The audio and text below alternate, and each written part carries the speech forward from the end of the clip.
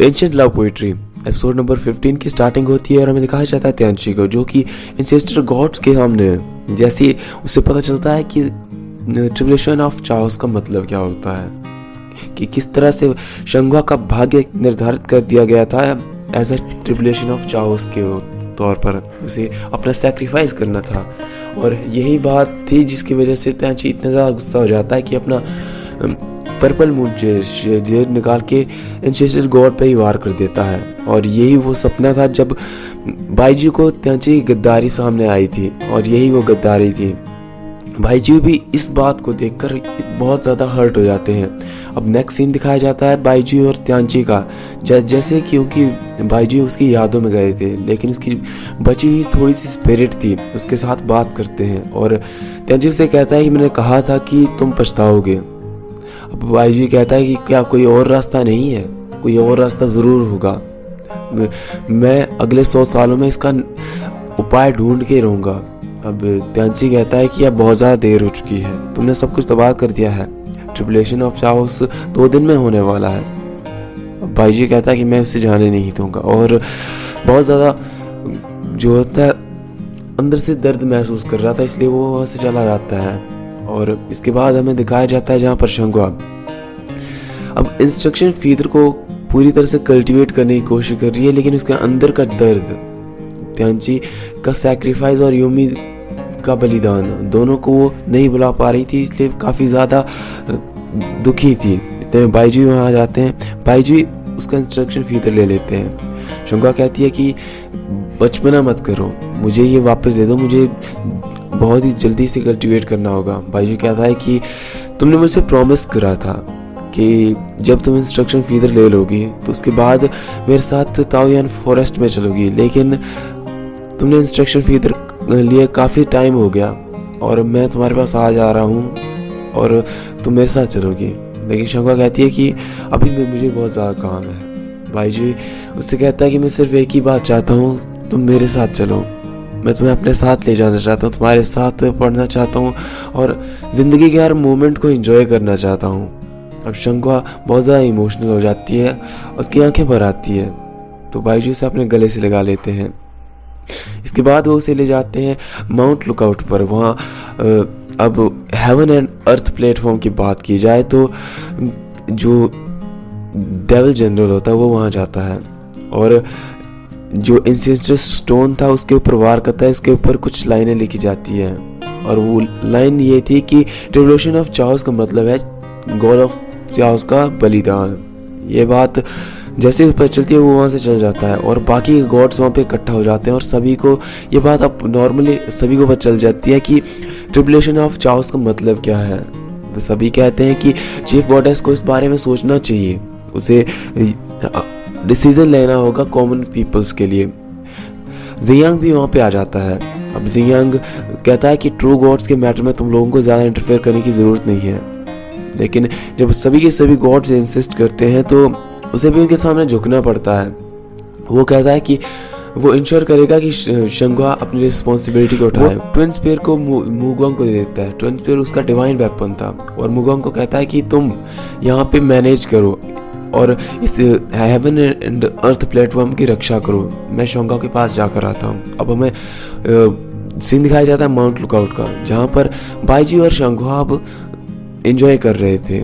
बाईजी और शंगुआ बिना अपनी पावर्स का यूज़ करके छोटी मोटी गेम्स खेल रहे थे, और जैसे ही शंगुआ जीत जाती, शंगुआ कहती है कि जब मैं पहली बार चांगवांग हॉल में आई थी तो मैंने तुम्हें खुश करने के लिए बहुत कुछ करा था, तो आज तुम मुझे खुश करने के लिए 3 चीज़ें करो। बाईजी अपने मैजिक का यूज़ करता है और कुछ फलों के दृश्य दिखाता है। इसके बाद कुछ फूलों के सीन दिखाता है, जिसके बाद जो शंगुआ थी खुश हो जाती है। अब शंगुआ को बाईजी कहता है कि तुम्हें याद है जब last time heaven and earth platform पे हम दोनों स्टार्स देखने गए थे? तो ये वैसा तो नहीं है, लेकिन ये यहाँ का माउंट जो स्टार व्यू है वो बहुत ज़्यादा अच्छा है। अब उनके जो हैप्पीएस्ट मोमेंट थे ये, वो कहते हैं कि वो एक साथ रहेंगे। नेक्स्ट सीन दिखाया जाता है जहाँ पर जियांग जो होता है वो माउंट लुकआउट के फॉरेस्ट में आया था। जियांग कहता है कि क्या तुम पहले से जानते थे कि पावर ऑफ चाओस का ट्रिब्यूलेशन ऑफ चाओस में क्या रोल है? तो बाईजी कहता है कि नहीं, हम सब में सबसे पहले त्यांची इस बारे में जानता था और इसीलिए उसने ये सब करा था। उसने जो कुछ भी करा वो शंगुआ के लिए करा।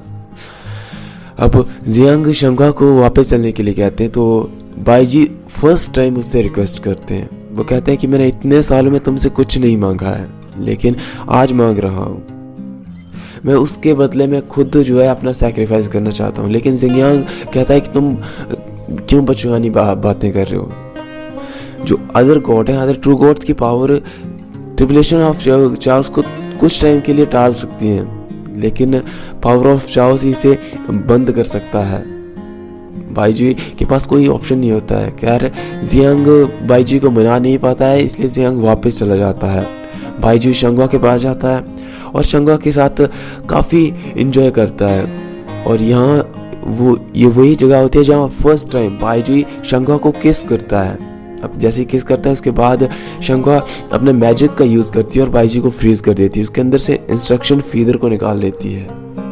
दरअसल जब शंगुआ इंस्ट्रक्शन फीडर को कल्टीवेट करने में नाकामयाब हो रही थी तो वो एंसेस्टर गॉड्स के पास गई थी और उनसे पूछा था कि आखिर क्या बात थी, जो ट्रिब्यूलेशन ऑफ चाओस का मतलब क्या है। और उससे पता चल चुका था कि ट्रिब्यूलेशन ऑफ चाओस में से खुद का सैक्रिफाइस करना था और इसी वजह से त्यांची ने अपना बलिदान दिया था। तो शंगुआ बहुत ही ज़्यादा दुख में थी। अब वो बाईजी से कहती है कि मैं तुम लोगों को अपनी किस्मत अपने सर लेने नहीं दूंगी। बाईजी उसके सामने गिड़गिड़ाता रह जाता है। शंगुआ उसे अपने मैजिक का यूज़ करती है और बेहोश कर देती है। उसके साथ जो बहुत ही बेहतरीन लम्हे बिताए थे उन्हें याद करती है। बाईजी को वो अंदर सुला देती है। इसके बाद हेवन एंड अर्थ प्लेटफॉर्म की ओर चली जाती है। वहाँ ट्रिब्यूलेशन स्टार्ट हो जाती है। जो डिस्ट्रक्शन, एक तरह से डिस्ट्रक्शन फॉर्मेशन आसमान में एंटर हो जाती है, जो सारा कुछ अपनी ओर खींच रही थी। गॉड रियल में धीरे धीरे तबाह होने लगता है। जो गॉड्स थे वो अपने चारों ओर एक एरे बना लेते हैं, एक कवच बना लेते हैं ताकि इससे खुद को बचाया जा सके। अब इतने में वहाँ पर जियांग भी आ जाते हैं। जियांग मुगोंग की तारीफ करते हैं कि तुमने अच्छा मैनेज करा। अब जब गॉड उनसे पूछते हैं कि शंगुआ कहाँ पर है तो जियांग कहता है कि वो जल्दी आ जाएगी। जियांग अपनी पावर्स का यूज़ करता है, लेकिन जो बैरियर था वो लगातार कमज़ोर हो रहा था। वहाँ नीदर वर्ल्ड की बात करें तो शुआनशी the overlord, the devil god, वो अपने जनरल से जब न्यूज़ पाता है कि ट्रिब्यूलेशन ऑफ केओस स्टार्ट हो चुका है। अब वो समय निकट है जब आपका जो प्लान है वो एग्जीक्यूट होगा। अब जो शुआनशी है वो कहता है कि वो लोग चाहते थे कि मैं अपना बलिदान दूं। मैं पावर ऑफ केओस था, लेकिन इसके बावजूद वो मेरी बलि देना चाहते थे, वो पुराने गॉड्स। अब क्योंकि वो बलिदान देना नहीं चाहता था, इसलिए वो बहुत ज़्यादा खुश था क्योंकि उसके बदले शंगुआ अपना सैक्रिफाइस देने वाली है और वो धीरे धीरे उसकी पावर सारी गैदर होने लगती है। अब हमें वापस हेवन एंड अर्थ प्लेटफॉर्म का सीन दिखाया जाता है। शंगुआ अचानक से जो बैरी होता है बहुत ज़्यादा स्ट्रॉन्ग हो जाता है। शंगुआ वहाँ पे एंटर करती है और शंगुआ जैसे एंटर करती है, जो जियांग होता है उसे देख कर कहता है कि तुम यहाँ क्या कर रही हो और बाईजी कहाँ पे है। शंगुआ कुछ नहीं कहती और अपने अंदर से इंस्ट्रक्शन फीडर को बाहर निकालती है। वो कहती है कि मुझे इसे कल्टीवेट करना ही होगा। अब जियांग उसे रोकने के लिए आगे बढ़ता है, गुजोन उसे रोकने के लिए आगे बढ़ता है, लेकिन भाई शंगुआ बहुत ही ज़्यादा ताकतवर थी। पावर ऑफ चाओस को उसने पोजेस कर लिया था तो एक ही झटके में दूर कर देती है। वो उसे लेकर थोड़ी हवा में आ जाती है और अपनी मैजिकल पावर्स का उस पर यूज़ करने लगती है। अब वो जियांग से कहती है कि ये मेरी किस्मत है, मुझे इसे एक्सेप्ट करना ही होगा। तुम लोग मेरे लिए और कितना ज़्यादा सेक्रीफाइस करोगे, मुझे 3 रियल्म को बचाने के लिए अपना सेक्रीफाइस देना होगा क्योंकि ये मेरी ड्यूटी है। और इसकी बातें सुनकर जियांग एक ही बात कहता है, शंगुआ तुम बड़ी हो चुकी हो। और वो अब इंस्ट्रक्शन फीडर को खुद के अंदर कल्टीवेट करने लगती है। उसके ऊपर थंडर स्ट्राइक होता है तो जियांग सभी गॉड्स को कहते हैं कि उसकी प्रोटेक्शन करो। अब हमें नेक्स्ट सीन बाईजी का दिखाया जाता है। बाईजी जाग जाता है, लेकिन उसे जैसे ही पता चलता है कि शंगुआ वहाँ से जा चुकी है, अब ट्रिब्यूलेशन स्टार्ट हो चुका था। बाईजी से खुद बाईजी से रुका नहीं जाता है। वो ताइकिंग स्पीयर लेकर जैसे ही जाने माउंट लुकआउट से बाहर जाने लगता है, जो माउंट लुकआउट का बैरियर होता है उसे धक्का देता है और वापस नीचे गिरा देता है। अपने ताइकिंग स्पीयर का वो यूज़ करता है, लेकिन बैरियर शंगुआ ने क्रिएट करा था, इसलिए वो उसे तोड़ नहीं पाता है। लाख कोशिश करने के बाद एटलीस्ट वो अपने अंदर की, अपने ओरिजिनल बीइंग की स्पिरिट को उसके अंदर ट्रांसफ़र करता है, जिसके बाद ताइकिंग स्पीयर बहुत ही ज़्यादा ताकतवर हो जाता है और बाईजू एक ही बार में उस बैरियर को तोड़ देता है और हेवन और अर्थ प्लेटफॉर्म की ओर चल जाता है। लेकिन जैसे ही वो वहाँ पहुँचता है, शंगुआ ऊपर आसमान में चली जाती है। अब बाईजू शंगुआ को जो अपना सेक्रीफाइस करते नहीं देख पाता और उसके पीछे चल जाता है। गॉडेस ऑफ स्नो कहती है कि बाईजी तुम शंगुआ के लिए अपना बलिदान नहीं दे सकते। अब वो जैसे अपनी पावर का यूज़ करने लगती है, उसके अंदर से डेविलिश एनर्जी बाहर निकलती है। जिंगयांग उसे बांध देते हैं और एक तरह से एक बैरियर में कैद कर देते हैं। वो कहते हैं कि इन सब के बाद मैं तुम्हें देखूंगा। अब बाईजी चल जाता है शंगुआ के पास, शंगुआ के चारों ओर बैरियर सेट करता है, लेकिन वो बैरियर इतना ज़्यादा भी स्ट्रॉन्ग नहीं था कि पावर ऑफ चार्ल्स को अंदर कैद कर ले। और शंगुआ उल्टा बाईजी के चारों ओर एक बैरियर सेट कर देती है और कहती है कि तुम वापस जाओ। बाईजी उसे मनाने की हर कोशिश करता है, लेकिन शंगुआ नहीं मानती। वो कहती है कि मुझे ये करना ही होगा और शंगुआ जो धीरे धीरे डिसअपियर होने लगती है। वो डिसअपियर हो जाती है। जो उसके हाथ में एक बैंडेड था, बाईजी उस ब्रेसलेट को गैदर कर लेता है और उसे अपने सीने से लगा लेता है। उसके जो मन में एक ही ख्याल था, वो शंगुआ को की हर मीठी याद को याद करता है और अपना सेक्रीफाइस करता है। वो अपनी हाफ से ज़्यादा पावर का यूज़ करता है ताकि ट्रिब्यूलेशन ऑफ चार्ल्स को फर्दर आगे के लिए डिले कर दिया जाए, और वो सक्सेसफुल भी हो जाता है। जो एंसेस्टर स्वॉर्ड होती है शंगुआ की, वो एक तलवारों के कब्रिस्तान में जाके स्टॉप हो जाती है, या यूँ कहें तो एक तरह से जो पावर ऑफ केओस थे, वो उनकी जो जितनी भी स्वॉर्ड थी वो उस जगह पर जाके कैद हो जाती थी और वहीं पे स्वॉर्ड भी कैद हो जाती है। इसके बाद जो बाईजी होता है वो अपने रूम में था। वो जैसे ही जागता है काफ़ी ज़्यादा सोचता है, एक तरह से गम में डूबा हुआ था। उसे शंगुआ हर जगह दिखाई दे रही थी, जहाँ पर भी उसने उसके साथ लम्हे बिताए थे, चाहे वो झूला हो या फिर वो आंगन हो जहाँ पर वो पतंगबाजी किया करती थी। अब जिंगयांग वहाँ पे आते हैं। काइलन कहते हैं कि मास्टर जब से ट्रिब्यूलेशन ऑफ चार्ल्स हुआ है किसी से मिले तक नहीं है।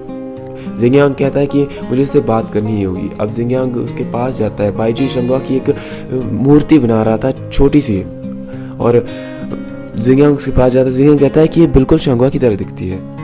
तो बाईजी कहता है कि हाँ। बाईजी उसे बचाना चाहता था। वो कहता है कि उसे मरने नहीं देगा, उसे जाने नहीं देगा। अब जिंगयांग वहाँ पे एक न्यूज़ उसे देता है कि ये सब डेविल गॉड का प्लान था। श्वानी ने 7000 साल पहले ही से प्लान कर रखा था। मुझे अपने खुफिया सूत्रों से पता चला है, क्योंकि अगर जो ट्रिब्यूलेशन ऑफ चार्ल्स है सिर्फ वही जानता था उसका मतलब क्या है। बाईजी को इस बात से बहुत ज़्यादा गुस्सा आता है। वो कहता है कि उसे उसकी कई बात याद आती है जब उसने बाईजी को ऑफर करा था कि वो उस शंगुआ को टीच करने में एबल नहीं है, लेकिन श्वानी उसे टीच कर सकता है, इसलिए उसने बाईजी को वो फेवर दिया था और कहा था इसमें मेरा भी भला है। तो अब उसे समझ आता है कि इसका क्या भला था इस चीज़ में। और नेक्स्ट सीन हमें दिखाया जाता है जहाँ पर जो डेविल गॉड होता है वो अपने सारे के सारे डेविल्स को गैदर करता है और डिसाइड करता है कि वो हेवन पर हमला करेगा। अब नेक्स्ट सीन हमें दिखाया जाता है जहाँ पर जो एक सैनिक था वो रिपोर्ट करता है कि हेवन पर जो डेविल्स ने हमला कर दिया है। नीदरवर्ल्ड का एक जो बैरियर है वो क्रैक हो चुका है और पूरी तरह से, और डेविल्स वहाँ से एंटर कर रहे हैं, और एग्जैक्ट उस सोल्जर के सारे बाकी के सारे सोल्जर मारे जा चुके हैं। अब जो जिंगयांग होते हैं वो मुगांग, गुजन और वुहान इनको एक मैसेज भेजते हैं ताकि वो जो इमोर्टल रियल में जा सके, या कहें कि हेवन पैलेस में चले जा सकें, और जो गॉड रियल की जो चीज़ें हैं, जो कुछ भी उसकी रेपुटेशन है उसको वहाँ फर्दर कंटिन्यू करें।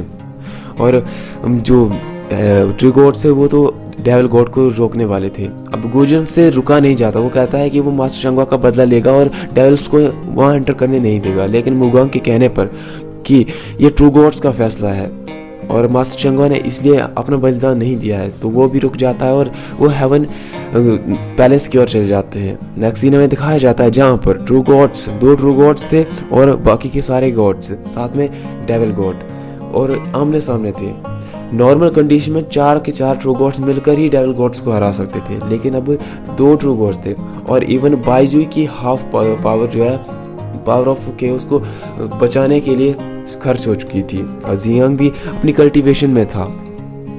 वो अब डेविल गॉड से फाइट करने लगते हैं। डेविल गॉड जैसे ही फाइट करने लगते हैं, बेशक डेविल गॉड काफ़ी ज़्यादा पावरफुल था, लेकिन जो गॉड्स थे, जो ट्रू गॉड्स थे, वो भी कम नहीं थे। उन्होंने अपनी पावर को इकट्ठा करा और उसमें हमला कर देते हैं। अब बाइजू जैसे काफ़ी ज़्यादा स्ट्रॉन्ग होने लगते हैं। स्ट्रॉन्ग क्यों होने लगते हैं कि सभी के सभी जो गॉड्स थे अपनी पावर बाइजू के ऊपर एंटर कर देते हैं, लेकिन इसके बावजूद भी वो डेविल गॉड को रोक नहीं पा रहे थे। अब एक एक करके God of wind, God of thunder, God of light, God of night, सभी ने अपनी स्पिरिट का यूज़ करा ताकि डेविल गॉड को एंड किया जा सके और डेविल गॉड कमज़ोर होने लगता है। अब ये बात डेविल जनरल से देखी नहीं जाती है और वो बाइजू पर हमला करने के लिए जा ही रहा होता है, लेकिन गॉडेस ऑफ स्नो यहाँ पे अपनी हीरोइक परफॉर्मेंस देती है। वो उसके साथ फाइट करती है। जो जनरल था वो काफ़ी पावरफुल था। वो एक मैजिकल स्वॉर्ड का यूज़ करता है, डार्क स्वॉर्ड, जो उसके सीने के आर पार हो जाती है, लेकिन गॉडेस ऑफ स्नो कहाँ कम थी।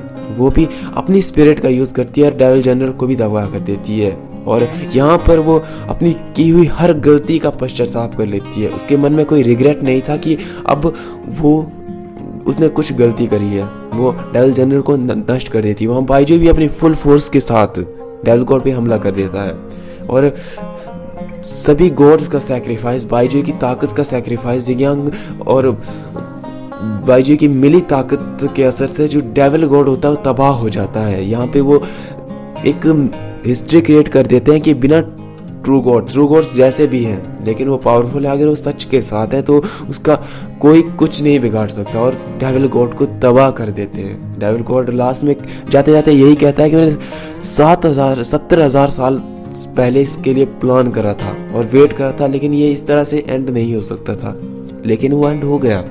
ट्रू गॉड के वार से वो खत्म हो गया, लेकिन इसका एक असर ये भी हुआ कि गॉड रियल्म बंद हो गया। गॉड रियल्म तक जाने वाला जो ब्रिज था वो टूट गया था, क्योंकि स्काई बो का यूज़ करा था डेविल गॉड ने, और जो बाइजुई था उसने भी स्काई बो का ही यूज़ करा था डेविल गॉड को मारने के लिए, लेकिन उसके अंदर पावर हेवन की थी, एक ट्रू पावर थी। और बाइजुई को एक तरह से कोमा में जाते हुए दिखाया जाता है। नेक्स्ट सीन हमें 70,000 साल बाद का दिखाया जाता है। हेवन को जो पैलेस था वो अब डिवाइडेड हो चुका है। गुजन और मुगवांग दो अलग अलग गुट बन चुके थे। गुजन क्विंची पैलेस में रहता है, अब मुगवांग हेवन पैलेस में रहता है। क्विंची पैलेस और हेवन पैलेस दोनों काफ़ी ज़्यादा पावरफुल थे। और ये जो है स्टोरी सुना रही है, ये एक तरह से शंगवा की वॉइस ही थी। और जैसे जो लोग हेवन पैलेस की ओर जा रहे थे, दरअसल वो जा रहे थे मुगवांग और वुहान की मैरिज सेरेमनी के लिए। अब वो उन्हीं की बातों से हमें पता चलता है कि क्विंची पैलेस और हेवन पैलेस अलग हो चुके हैं और गुजन और मुगवांग के बीच काफ़ी डिस्प्यूट चल रहा है। और हमें अब वुहान और मुगवांग का सीन दिखाया जाता है। मुगवांग कहता है कि क्या तुमने उसे इनविटेशन भेजा? वुहान कहती है मैंने इनविटेशन तो भेजा है, लेकिन मुझे पता नहीं है कि वो आएगा। लेकिन जो जब वो अपनी मैरिज सेरेमनी पर पहुंचते हैं, वहाँ पर गुजन आ जाते हैं। गुजन जैसे आते हैं, सारे के सारे जो इमोर्टल्स होते हैं उसे उन्हें सैल्यूट करते हैं। और गुजन का वो आने का एक अलग मोटिव था। वो वहाँ पे आया था एक एग को लेकर, एक स्पिरिचुअल एग को लेकर। वो बताता है कि ये मेरा और वुहान का बेबी है और मैं चाहता हूँ कि इसे as a next god accept किया जाए। मुगवांग कहता है कि जब से गॉड रियल्म बंद हुआ है, हम 3 ही गॉड हैं जो कि अर्थ पे एग्जिस्ट करते हैं, तो ये 4th गॉड कहाँ से आ गया? अब एक इमोर्टल को आगे बुलाता है, वो अपनी पावर का यूज़ करता है और जैसे चेक करता है कि तो वो कहता है कि हरग्रेस सच में एक गॉड है। मुगवांग को अब मानना पड़ता है। अब गुजन कहता है कि सारा जो इमोर्टल रियल्म है, जो सारे के सारे इमोर्टल्स हैं गॉड रियल्म के हेवन पैलेस के, वो इस चीज़ के गवाह हैं। इन फ्यूचर इस मैटर में मुझे कोई भी डिस्प्यूट नहीं चाहिए। और सभी को ये बात माननी पड़ती है। गुजन वहाँ से चले जाते हैं और एक तरह से वुहान ये सोचने में मजबूर हो जाती है कि आखिर ये सब कैसे हो गया। और इतने 70,000 सालों में जो गॉड्स होते हैं और जो डीमंस होते हैं वो एक दूसरे के कट्टर शत्रु हो चुके हैं। ऐसा नहीं कि 17,000 पहले जहाँ पर गॉड्स और डीमंस एक साथ रहा करते थे। ट्रू गॉड त्यांची और ट्रू गॉड बाइजी, जियांग, शंगवा सभी एक साथ मिलकर रहते थे as a brother and sister. और यहाँ पे सब कुछ उल्टा था। Purple moon jade hidden palace से गायब हो चुका था। ताइकिंग स्पीयर ने जो है एक तरह से स्काई पिलर क्रिएट कर दिया था जिसके अंदर वो कैद था। उसे सिर्फ मास्टर बाइजी और मास्टर जियांग ही निकाल सकते थे। बाइजी तो इसलिए क्योंकि वो सब में पावरफुल था, सिवाय पर्पल मून जेड के वो किसी और को आराम से अपने अंदर पोजेस कर सकता था। पर्पल मून जेड को इसलिए नहीं कर सकता था क्योंकि पर्पल मून जेड के मालिक को उसने मारा था। और अब हमें दिखाया जाता है जो हमें कहानी सुना रहा था, इसका नाम होता है होंची। होंची यानी कि गुजन की वही बेटी जिसे जो उसने मुगवांग और वुआन की मैरिज सेरेमनी पर इंट्रोड्यूस करवाया था कि ये मेरी बेटी है, जो कि जिसकी पावर जो है सील थी, उसकी गॉड वेसल्स ब्लॉक थी। वो अपनी पावर का यूज़ करना चाहती है लेकिन पावर का यूज़ नहीं कर पाती है। इतने में ऊपर चंकी आ जाता है और जाइए भी आ जाते हैं। वो दोनों क्विंची पैलेस में रहते हैं और होंची के साथ पले बड़े हैं, उसकी केयर करते हैं। गुजुन जो है 10,000 साल से कहीं गए हुए हैं और वापस नहीं आए हैं। अब वो बोशोन का भी जिक्र करती है। बोशोन को हमें बता नहीं जाता वो बोशोन है कौन, लेकिन बोशोन का जिक्र करती है। वो उसे काफ़ी ज़्यादा मिस कर रही थी। और इसके बाद वो फ्रैग्रिन के पास जाती है। फ्रैग्रिन उसका टेस्ट लेती है। फ्रैग्रिन कहती है कि तुमने आज कितना कुछ सीखा। फ्रैग्रिन एक तरह से जो है पूरे के पूरे क्विंची पैलेस की जिम्मेदारी उसके ऊपर सौंपी गई थी गुजुन के द्वारा, ताकि क्विंची पैलेस को अच्छे से रेगुलेट किया जा सके। और फ्रैग्रिन जो होंची की एक तरह टीचर भी थी और वो उसे हर चीज़ सिखाती है। अब फ्रैग्रिन उसके ऊपर हमला करती है और कहती है कि तुम्हें इसे ब्लॉक करना है। होंची को लगता है कि उसकी पावर्स यूज़ हो रही है, लेकिन फ्रैग्रिन उसके साथ एक ट्रिक यूज़ कर रही थी। जब वो अपने स्पिरिचुअल पॉइंट के ऊपर प्रैक्टिस कर रही थी तो फ्रैग्रिन से देख लेती है कि वो कितना ज़्यादा असहाय महसूस करती है। इसीलिए फ्रैग्रिन उसका कॉन्फिडेंस बिल्ड करने के लिए उसे ऐसे दिखाती है कि नहीं, वो सीख रही है, आगे बहुत कुछ सीख रही है। इस बात को देखकर होंची बहुत ज़्यादा खुश हो जाती है। अब हमें जीजन मेंशन के दो शिष्यों का सीन दिखाया जाता है। एक का नाम वुशु होता है और दूसरा उसका साथी था, जो कि लॉर्ड दोंगवा के बर्थडे बैंक्वेट की ओर जा रहे थे। लॉर्ड दोंगवा जो कि माउंट लुकआउट पे खुद को कल्टीवेट किया करते थे और 70,000 साल पुराने थे, सबसे पुराने इमोर्टल थे वो, और उन्हें काफ़ी ज़्यादा नॉलेज था। अब उसकी ओर जा रहे थे। रास्ते में वो देखते हैं कि क्विंची पैलेस का बैरियर जो है ब्रेक हो चुका है और एक जगह से उसके अंदर एंटर किया जा सकता है। वो कहता है कि हमें जो है क्विंची पैलेस के स्पिरिचुअल स्प्रिंग के बारे में बहुत ज़्यादा सुना है। उसका पानी बहुत ही ज़्यादा वैल्यूएबल है और उसका यूज़ करके हम अपनी कल्टीवेशन को हज़ारों साल बढ़ा सकते हैं। उसके साथी से कहता है कि हमें जीजन मेंशन में वापस जाना चाहिए। जीयुआन हमारा वेट कर रहे होंगे और नहीं तो हम मुसीबत में पड़ सकते हैं। लेकिन वुशु कुछ सुनने को तैयार नहीं था और वो उसकी ओर निकल जाता है। अब शंगवा भी जैसे उसने फ्रैग्रेंस से तारीफ सुनी थी बहुत ज़्यादा खुश हुई थी, क्योंकि उसे लग रहा था कि वो काफ़ी इम्प्रूव कर रही है और वो स्पिरिचुअल स्प्रिंग के आसपास ही थी। और यहीं पे एपिसोड नंबर जो 16 होता है वो समाप्त हो जाता है।